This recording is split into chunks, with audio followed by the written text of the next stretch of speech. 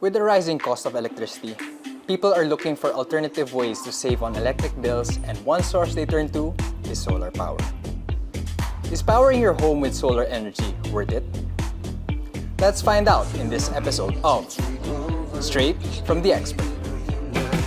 We are here at this beautiful home. From the outside, this looks like a normal house. However, this home is equipped with a technology a normal household does not have. It is powered by solar energy. Hello, I'm Manolo Pedrosa and I will be your host for this episode of Straight from the Expert.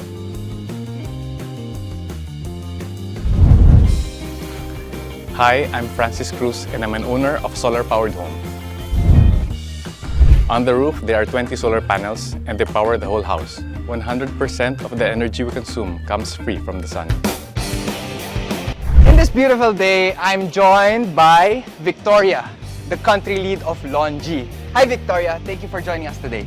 Hi Manolo, thanks for having me. Yun nga, so let's talk about solar energy. So I know that the power of solar energy has been invented years ago and is now widely available. But tell me Victoria, why is it only now that Filipinos are taking advantage of this tech? I think to better explain to you how a solar panel works, let's go inside and check out the setup. Alright, sige. Tara. You know, Victoria, I think what most people know about solar energy is that the solar panels, they capture the energy from the sun and then they convert it to usable energy for the household. But I don't think it's that simple. Can you explain this for us? Well, surprisingly, it is that simple. So when the sun's energy hits the surface of the panel, it triggers the photovoltaic effect. When the sun's energy hits the solar panel, the photovoltaic effect happens inside the panel. There are no moving parts. After the sun's energy is converted to usable form in DC, we have inverters to convert it to AC. And after AC is when it becomes usable for the rest of the house. So for a 4-bedroom house like this, how many solar panels would it need to be fully powered by solar energy? Considering this specific 4-bedroom household, I think this home has at least 10 solar panels, around 545 to 550 watts per panel.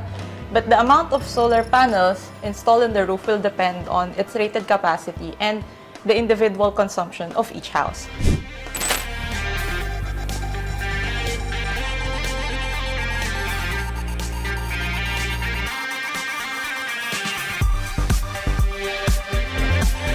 Itong setup na to, panels, hybrid inverter, and the 2 batteries. Or actually, pwede kang mag-invest into one single battery na double capacity. Itong sa akin. So it will cost around 500,000. Now, this is a specific type of solar installation. The first one is without batteries, so it's what we call a grid-tied installation. Now, a grid-tied installation doesn't have any energy storage to support the solar panel installation. From grid tie, I upgraded to a hybrid. One thing I didn't realize with grid tie is that if there's no electricity from the grid, brown out rin. So akala ko pag maaraw may kuryente dahil solar. Tapos yung hybrid has EPS, the emergency power system. So if there's brownout, so may kuryente pa rin. So that's the main factor for me to decide on upgrading to a hybrid. So if you live in an area with reliable electricity source, then you might not need a battery setup.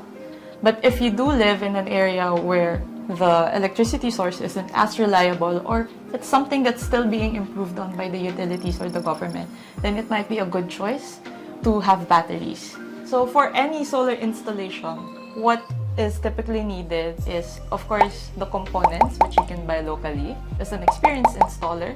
For the consumer himself, they have to be able to provide the blueprints and drawings of the house so that the installer can trace where they can connect the solar panel installation. After that is you have to provide a history of your electricity bills, and aside from that, you need good storage, a good storage area for your, let's say, batteries and for the inverter. Now this kind, indoor, easily accessible, this is great.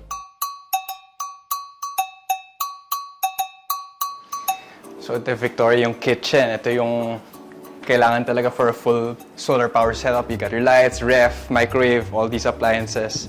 And yun nga, Francis of this house mentioned nga he spent around 400 to 500,000 pesos for this setup. So, could you go in depth on ba't ganun yung price niya? Specifically for Francis' home, for his family, they opted to use batteries. Now, batteries can really swing the price. Yeah. Without batteries, probably the cost of your house, let's say 3-bedroom, 4-bedroom, something similar to where Francis lives in, is you're looking at around 150 to 200, 250. If you have a bigger house, the cost is bigger. If you have a smaller house, then probably the cost is optimized to be lower. So let's go minimum. How much would it cost to just, let's say, power one aircon? For a 1 horsepower aircon, you'll probably need 2 550 watt LONGi solar panels. It's a beautiful day, isn't it? It is, it is. So siguro that's why din viable yung solar power dito sa Philippines. Kasi it's hot. The sun is always out, no? Right? So paano kung it's cloudy or may bagyo? Paano yun? So that's a good question for the Philippines. So considering na regularly tayo binabagyo compared to other countries, actually solar panel is great. Solar panels are great in this situation. It actually makes your roof heavier. Mas mahirap siyang dalhin ng hangin.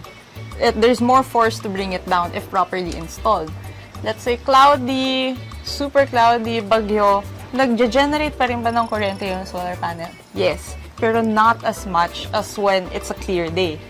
We are not done yet, mga kapuso, because in the next part of this episode, we will be reviewing the pros and the cons of using solar energy as a source of electricity at home and its benefits.